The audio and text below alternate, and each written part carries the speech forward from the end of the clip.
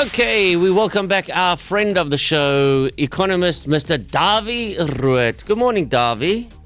Good morning to you. Hello, chief economist with the Efficient Group, and whenever we need to understand things financially, we've got you on, sir. So, Trump imposes 30% tariffs yesterday on all imports into the United States, the South African exports. For the layman, Dawie, what does this mean? How bad is it? How bad is this going to get? Yeah, this is not good. This is not good. Basically, what it comes down to, Donald Trump is of the opinion that we export a lot of stuff to the United States, and that's good for our businesses if we export stuff to the United States, and they, of course, export stuff to South Africa. But he reckons there's a difference between how much we export to them and how much they export to us, and that is referred to as a so-called trade deficit. So we export more to the United States than what they export to us. And Donald Trump reckons that's not a good thing. He wants this trade to be more balanced, and in order to get it more balanced, he is going to charge a tax called a tariff on all stuff that we export to the United States, and this tariff is set at 30%. And now the idea behind that is to make it more difficult for South Africa to export to the United States and make it easier for the U.S. then to supply to their own market. And behind all of that, of course, he wants to reduce the so-called trade, the deficit between trade between us and the United States. Of course, there are a lot of things wrong with this specific calculation. The way that he calculates that is wrong. The rationale behind the 30%, that is also questionable.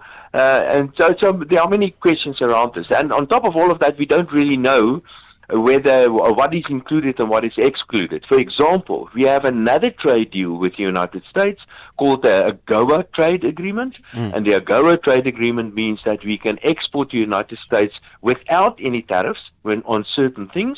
So does this now mean that AGOA is off the table? I suspect so, yes. So AGOA is probably off the table, and now we've got a new tariffs at 30%. And Donald Trump, he also reckons that if we do anything about this, add some more tariffs on United States companies, for example, then he will add even more tariffs on South Africa. But that's not all. There are many other moving parts as well. But now, Dawie, is this a case of, just in real layman's terms here, so the trade deficit, basically what he's saying is that America's buying more of our stuff than we are buying of their stuff. Yeah, basically that's what he says. But he excludes certain things, like, for example, Googling or Facebook, or those kind of things. Those kind of things are not included. They are called services. They are non-physical imports and exports. That's excluded, and it shouldn't be excluded, of course. But I also, I'm pretty sure also that certain things, not everything, will be won't be a tariff on everything. Like, for example, we export platinum to the United States. They do not have platinum, and on those kind of things there won't be any tariff. So we can export that without a tariff on that, because the United States don't produce platinum. Yeah. Because as you say, every time we go to the movies and we go watch an American movie, that's a sale. Every time we have a Netflix subscription, that's a sale. That's it. Exactly. I mean, you've got a Google for your cloud storage. That's another 200 Rand a month. So all these things are not factored in for what we buy from the United States. Not in this specific calculation. But the real question is, how is this going to impact on the South African economy then? And I did try to make it's very difficult to calculate that because we don't have all the information. But what is important here is that the South African economy is hardly growing. And the reason for that has to do with domestic issues, with the wrong macroeconomic policies, weak government and things like that. So I expect economic growth of well below 1%. It's really bad. It's really bad, and this has been going on for a long time.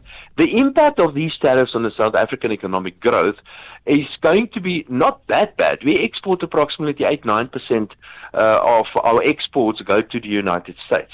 So if there's a tariff of 30% on those exports, it will impact on how much we produce in South Africa, and of course that will impact on economic growth. How much is difficult to say. I would say 0.2, maybe 0.3%, depending on which kind of stuff we're talking about, and that means that economic growth will be even lower. So it's not that much the impact on the economy, but given the fact that the South African economy is hardly growing, every little bit eventually adds up. And this is not good for us. It's not good for us. We want economic growth, and the point, even a little bit, a bit of a headwind like this is not good for the South African economy. Now, Dawie, in the Western Cape specifically, I mean, the agriculture in the Western Cape accounts for, I think, 53% of all South Africa's agricultural exports. So that's the big deal for us here. 3.5 billion rand in agricultural exports. Yeah. 1.8 billion just in citrus. Yeah. Would we find... Are there other markets to shift this stuff to now? No. Remember, we're still going to export to the US. It's just going to be a little bit more difficult. And the question now is, who's going to pay for this additional levy? Is it going to be our local farmers that will have to cut back on how much they ask for their citrus, as an example? Is it going to be, for example, the Americans that decide, listen, they're prepared to pay a little bit more for a citrus?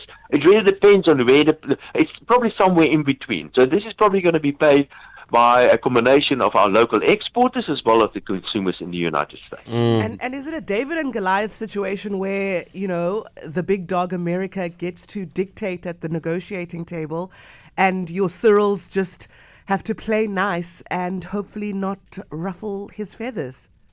Pretty much, yes. That is the case. Sure. You can call Donald Trump whatever you want to. He's probably a bully, but he's the biggest bully on the playground, and that is just the reality. But remember, there are other things as well. The U.S. economy is not only the biggest market in terms of consumption, the U.S. economy is also the most important economy when it comes to finance. The U.S. dollar is the world's most important currency, for example, a reserve currency. The Americans also fund part of some of our other deficits, like our fiscal deficit and so on. So don't make a mistake. The U.S. is a very, very powerful economy, and Donald Trump is a very, very powerful man. What we need to do is to make sure that we are a small economy. The South African economy is something like probably 0.3% or so of the world economy. The Americans are something like 25% of the world economy. I mean, this is a Goliath that we are dealing with, and we have to be careful of what we say and what we do. The best that we can do is just to be, try to be nice with the guy, and don't side with other people that he doesn't like. Wow. Yeah. Sure, it really is giving bully tendencies on the playground, eh? Now, Dawie, so the rand is currently sitting at 17.80, which seems pretty okay in spite of everything that we've dealt with, say, in the past 2 years. Do you think the rand's going to hit a bit of a skid today? Well, it has already. It has taken a bit of a knock. The rand is a very, very weak currency. It is always a weak currency, always undervalued, but it's a bit more weak than usual now. I think this is going to blow over a little bit. Let's see how this thing is going to pan out. Maybe there will be some sort of agreement eventually. And I think that rand is probably going to be under some pressure, but I'm not too concerned about that. I think the rand is probably going to remain between 17.5 and 18 or so. Okay. Thank you very much. As always, do you think, the big thing that impacts us directly here would be, say now our oranges are going to be more expensive and we're not as competitive to the American market, so they now buy oranges from Brazil, let's say. Your call has been placed on hold. We lasted long. As the White House intervened. Your call. Oh no. No, I think what's happened is my ear always puts my phone on hold. Same. Also. Yeah. No, shame. Davie's probably speaking. He doesn't know he's on hold. I was like, I hope he's not offended by oranges.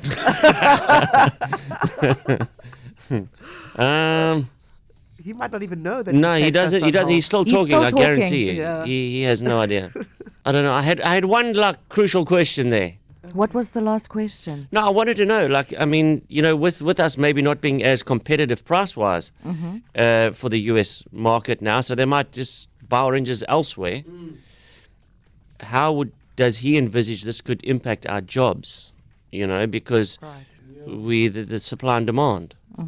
I guess he's not going to have the answer to that. We'll have to wait and see. Right. We'll have to wait and see whether or not we send a delegation there, and now this tariff gets turned around. Because 1 August, it's coming. But a lot of these tariffs have been turned around in the 11th hour. So who knows? We'll wait and see. But Dawie Roodt, Chief Economist, always great value. Thank you, Dawie, if you can hear us.